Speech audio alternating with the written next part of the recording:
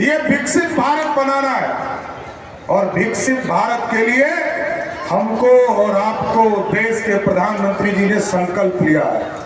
और ये भारत तब बढ़ेगा साथियों, क्योंकि याद कीजिए इस देश को तो लूटने वाले लोग आते रहे।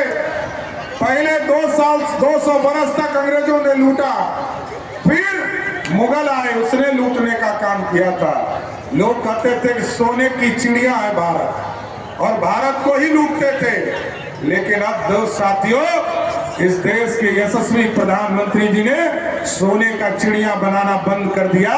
अब मेकिंग इंडिया में सोने का शेर बनाने का काम कर रहे हैं, जो दुनिया में बहारने का काम कर रहे हैं। और ये तब बना साथियों जब आपने वोट दिया।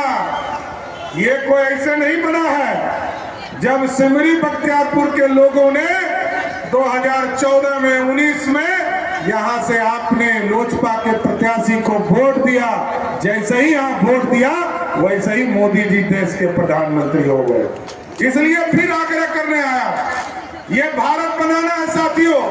जो भारत अर्थव्यवस्था में 12वें स्थान पर था, आज मोदी जी ने अर्थव्यवस्था को ठीक किया और 5वें स्थान पर किसको हरा के आया?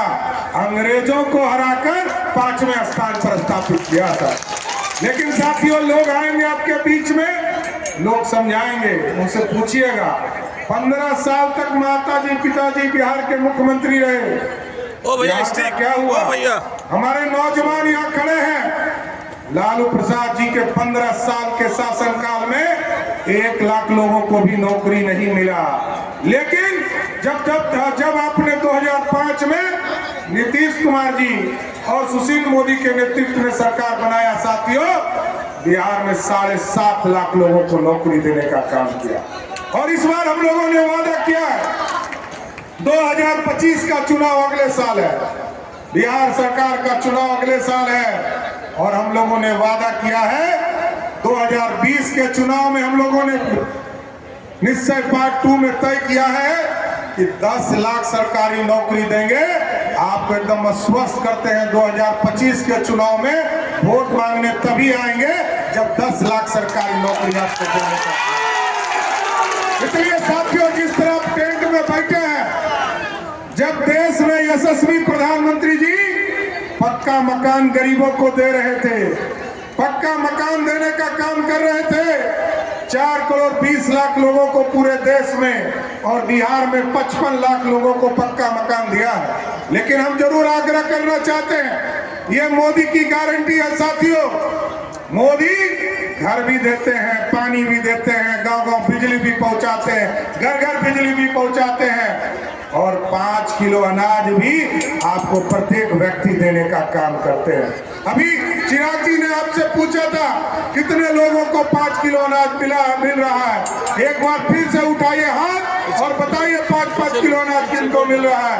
5 किलो अनाज मिलेगा। इसके साथ साथ मोदी और नीतीश कुमार ने तय किया है कि अब हॉस्पिटल जब भर्ती होइएगा 5 लाख तक का इलाज का बिल भी मोदी और नीतीश कुमार की सरकार देगा। एकदम आश्वस्त रहिए, यह विकसित बिहार बनाना है और खूबसूरत बिहार बनाना है। यहाँ पर बहुत से माफिया घूम रहे हैं, माफिया लोग को एकदम आश्वस्त कर देना चाहता हूँ। जिस तरह मोदी की गारंटी है किसी भी हालत में इस देश में भ्रष्टाचारी नहीं बचेंगे, उसी तरह बिहार में भी भ्रष्टाचारियों के लिए स्पष्ट तौर पर संदेश है। हम लोगों ने कानून बनाया है साथियों, ये जो बालू माफिया, शराब माफिया और जमीन माफिया है, जो गरीबों के जमीन को लूटने का काम करता है, या तो उसको सहरसा के जेल में बंद होना पड़ेगा, नहीं तो नेपाल भाग कर जाना पड़ेगा। इसको चिन्हित करने का भी काम हम लोगों ने शुरू किया है। एक जिले में चिन्हित करने का काम शुरुआत कर दिया है। इसलिए कोई जाति पाति के फेरा में नहीं पड़ना है। बिहार में सुशासन की सरकार स्थापित करना है साथियों। कई लोग आज आते होंगे, कहते होंगे कि हम तो ही फलाना जात के हैं, फलाना जात के।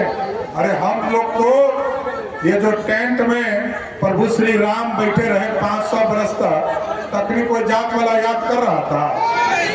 कोई नहीं कर रहा था।